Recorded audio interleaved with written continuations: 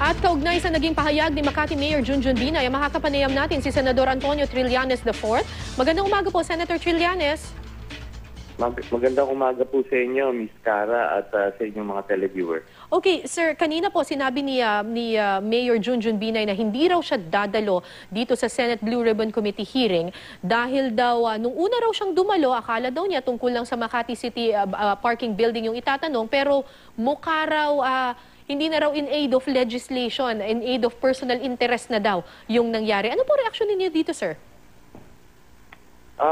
Alam niyo, yung mga ganyang alibay, ibig sabihin talagang hindi na nila kayang humarap. Ibig sabihin, marami silang tinatago at hindi nila masasagot ng aming mga katanungan. As regards sa jurisdiction, ay ano yan, alam naman ng mga kababayan natin na itong Senate investigation, ano yan, nagsasanga-sanga yan. Kasi ito nga, mamaya, no, papaalam natin yung ating tinututukang legislation dito in light of what's happening right now, which is yung mandatory video recording ng mga bidding processes for procurement amounting to 1 million or over. That way, hindi mo maluluto. Mahirap magluto pagka naka-record siya at pwedeng gamiting ebidensya yung video recording ngayon. Pero, doon yun. Yung mga ganyang reason, ano talaga yan, nagpapakita na talagang may tinatago sila.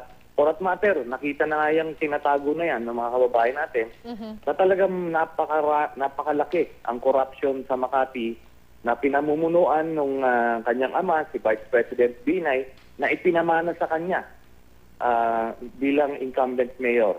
Pero Senator, ang sinasabi po ni Mayor Junjun Binay, ang usapan ay Makati City Parking Building lamang yung in question dito, pero nagsanga-sanga na raw, meron na daw, bakit daw ni-raise pa yung ibang mga issue katulad yung dun sa cake at iba't iba pang mga batikos laban sa kanilang pamilya. Nandoon ho yan sa aking resolution. At saka hindi nila mapipigil yan. Como ang una naming tinutukan, yung Makati Car Park Building, yung ibang anomalya sa Makati, hindi na natin nahalongkatin. Anong klaseng investigasyon yan? Ngayon, nakikita naman natin, merong basis yung pag-expand ng investigation kasi nakikita natin, napakaraming anomalya talaga sa Makati.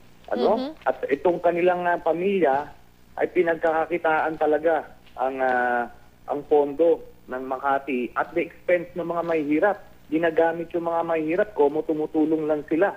Tumutulong daw sila, pero nakikita natin dito, yung pala barya-barya lang ang binibigay doon sa mga mahihirap, tapos bumabalik sa kanila bilyong-bilyon piso. So, kailangan dito makita ito ng mga kababayan natin. Kaya hindi na kami mapipigil dito, Sarah. Okay, sir, sinabi rin po kanina ni Mayor Junjun Binay that the senators have prejudged him and his family. Ano po ang reaksyon ninyo dito, sir? Na hindi pa man tapos yung investigasyon, meron na kayong desisyon in your mind kung na guilty sila? Alam nyo, lahat naman tayong tao, marunong tayong mag-weigh ng ebidensya na nakikita natin sa pang-araw-araw na buhay. Alam natin yan kung sino ba ang nagsasabi ng totoo, kung ano ba talaga ito, kung may corruption na nangyari.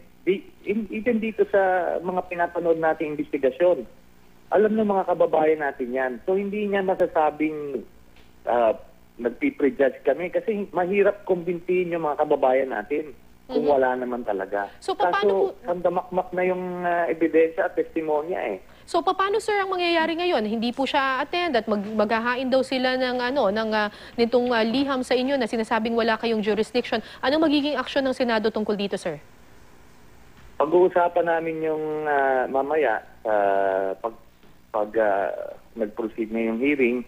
Pero ito, kitang-kita rito sa ng ating mga kababayan, itong Pamilya Binay ay talagang suko na sila kasi talagang nabisto na, nahuli na ang kanilang pangungurakot.